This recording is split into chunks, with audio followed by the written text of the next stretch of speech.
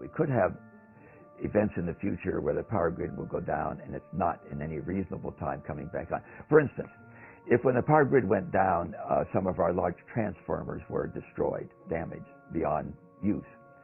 We don't make any of those in this country. They're made overseas, and you order one, and 18 months to 2 years later, they will deliver it. Our power grid is very vulnerable. It is very much on the edge. Our military knows that. You know, one of the things I think of is in the event of a disaster, what do people do? They flock to the stores. They buy up all their staples and water. So your store will be empty faster than it's ever been empty before. When this thing happens to this country, all financial support will be taken away from us. There'll be no financial support. We have to learn how to live without money. And the guy in the country is the one who's going to do this. A rural area is not a fruitful area for terrorism.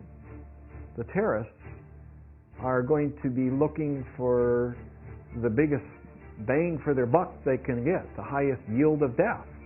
And that's exactly why they mention such things as malls and stadiums, and where there are going to be large concentrations of people.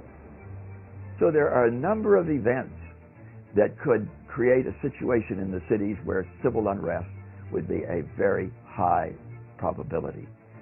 And I think that those who can and those who understand need to take advantage of the opportunity when these winds of strife are not blowing to move their families out. I'll tell you something else about this. It's just plain fun.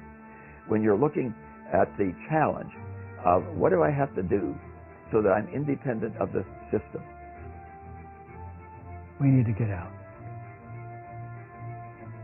A storm is coming, relentless in its fury. Are we prepared to meet it?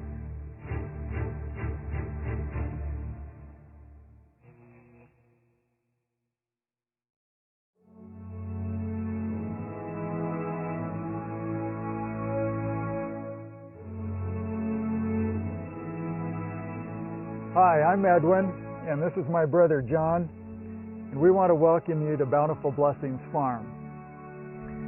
We really are bountifully blessed to have this farm, or small organic farm here nestled in the hills of Middle Tennessee, where we farm just under 4 acres.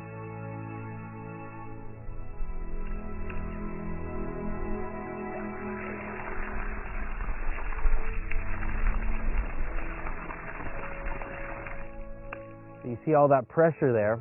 There's no pumps or anything. That pressure is strictly due to gravity flow. Obviously the holding tank is above the level of our garden area here, and so the nice pressure you see there is due to the difference in height. This is our fuel for heating and also for cooking. Yeah. These solar panels are collecting energy from the sun and sending that DC electricity down through this combiner box where all the wires from these solar panels are combined, and then it sends it into our cabin, into the power room, where it charges our batteries. Let's go inside and see what our alternative energy system looks like. Okay, we're going to put the last jar in the bottom. We're going to put this on so that we can put the next row on top, and we only have one more jar. Alrighty, this is our woodshed, and as you can see, we've got our winter supply of wood in, and we had some friends and neighbors help us get our wood in, but we did a lot of this ourselves, and it was a new experience for us. We had never used a chainsaw before, but we learned how, and this is the result, the fruit of our labor.